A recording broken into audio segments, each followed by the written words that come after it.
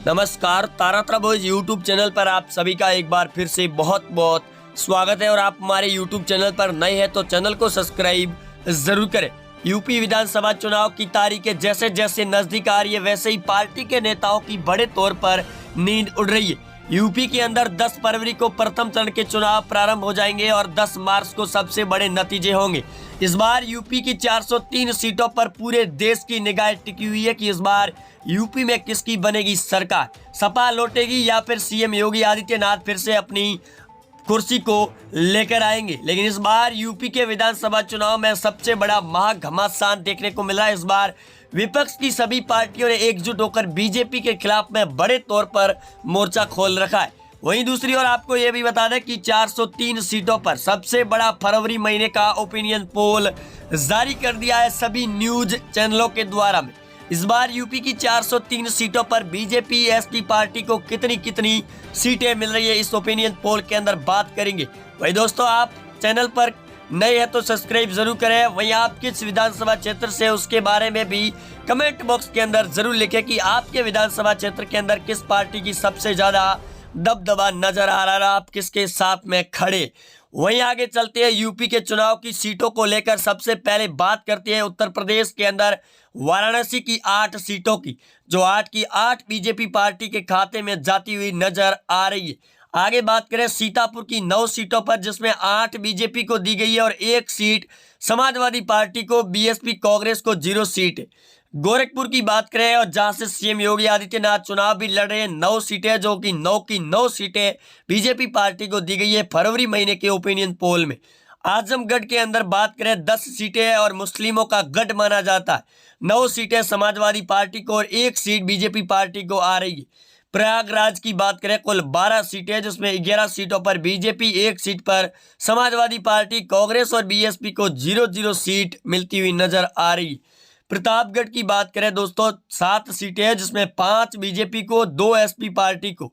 वहीं दोस्तों, आप अगर बीजेपी और समाजवादी पार्टी के साथ में तो हमें कमेंट बॉक्स के अंदर जरूर बताएं दोस्तों। एटा की बात करें कुल 4 सीटें, जिसमें 2 बीजेपी, 2 एसपी पार्टी को दी गई है। गोंडा की बात करें जिसकी 7 सीटें, जिसमें 6 बीजेपी, 1 एसपी पार्टी को दी जा रही है।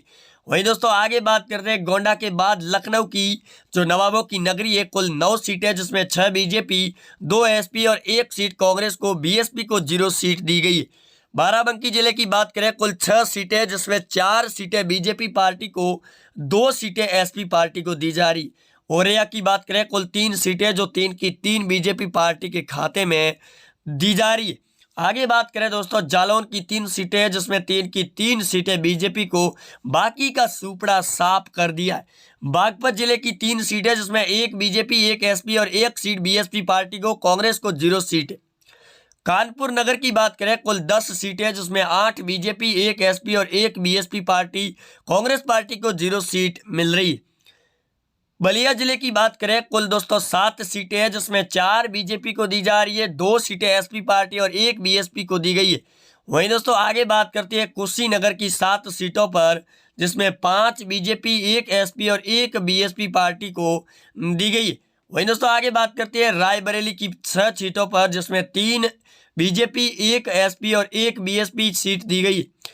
जौनपुर की बात करें कुल 9 सीटें, जिसमें 5 बीजेपी, 3 एसपी और 1 बीएसपी पार्टी को दी गई है। बिजनौर की बात करें कुल 8 सीटें दोस्तों, जिसमें 5 बीजेपी को, 1 एसपी, 1 बीएसपी और 1 सीट कांग्रेस को दी जा रही है। सहारनपुर की बात करें कुल 7 सीटें, जिसमें 3 सीटें एसपी को, 4 सीटें बीजेपी पार्टी को दी गई है। आगे बात करें सुल्तानपुर की 5 सीटों पर, जिसमें बीजेपी को 2, एसपी पार्टी को 3 सीटें दी गई है। गाजीपुर की बात करें कुल 7 सीटें हैं मित्रों, जिसमें 4 बीजेपी को, 2 सीटें एसपी पार्टी, 1 सीट कांग्रेस को दी जा रही है। फतेहपुर की बात करें कुल 6 सीटें हैं, जिसमें 2 बीजेपी, 2 एसपी पार्टी, 1 बीएसपी और 1 सीट कांग्रेस को दी गई है। मुरादाबाद की बात करें कुल 6 सीटें, जिसमें 2 बीजेपी, 2 एसपी, 1 बीएसपी और 1 सीट कांग्रेस पार्टी को दी गई है। आगे दोस्तों बात करते हैं बहराइच की 7 सीटों पर, जिसमें 5 बीजेपी, 1 एसपी और कांग्रेस पार्टी को 1 सीट मिल रही है। बहराइच के बाद में बात करें दोस्तों बरेली की 9 सीटों पर, जिसमें 4 बीजेपी, 2 एसपी पार्टी, 2 सीटें बीएसपी और 1 सीट कांग्रेस पार्टी को है। चंबल की बात करें जिसमें 4 सीटें हैं, जिसमें 3 दोस्तों बीजेपी को 1 सीट और सपा पार्टी को 3 सीटें मिल रही है। अयोध्या की बात करें कुल 5 सीटों पर जो 5 की 5 बीजेपी पार्टी के खाते में दी गई है। वहीं आज सीएम योगी आदित्यनाथ की मथुरा के अंदर भयंकर रैली भी थी। हरदोई की बात करें कुल 8 सीटें, जिसमें 5 BJP, 2 SP party, 1 BSP, Congress को 0 सीट। उन्नाव की बात करें कुल 2 सीटें जो 2 की 2 बीजेपी पार्टी के खाते में दी जा रही है। आगे दोस्तों लखीमपुर की बात करें, इस बार लखीमपुर काफी चर्चा में भी है। 5 सीटें बीजेपी को, 2 एसपी और 1 सीट कांग्रेस पार्टी को दी जा रही है। वहीं दोस्तों लखीमपुर के बाद में अगर बात करें मेरठ जिले की 7 सीटों पर, जिसमें 5 BJP, 1 SP, 1 BSP, Congress party को 0 सीट मिलती हुई नजर आ रही है। वहीं आगे बात करते हैं अम्बेडकर की 5 सीटों पर, जिसमें 3 BJP, 2 SP party, BSP, Congress को 0-0 सीट मिल रही है। वहीं आगे बात करते हैं अमरोह की 4 सीटों पर, जिसमें 1 BJP, 1 SP, 1 BSP party, Congress को 1 सीट मिल रही है। वहीं दोस्तों आगे बात करते हैं गाजियाबाद की 5 सीटों पर, जिसमें 1 कांग्रेस, 1 बीएसपी, समाजवादी पार्टी को 0, बीजेपी पार्टी को 3 सीटें दी गई है। आगे बात करते हैं बदायूं जिले की 6 सीटों पर, जिसमें 2 BJP, 2 SP party, 1 BSP, 1 seat Congress party के खाते में दी गई है। फिरोजाबाद की बात करें दोस्तों 5 सीटें, जिसमें 1 बीजेपी, 2 एसपी पार्टी और 1 सीट बीएसपी पार्टी को दी जा रही है।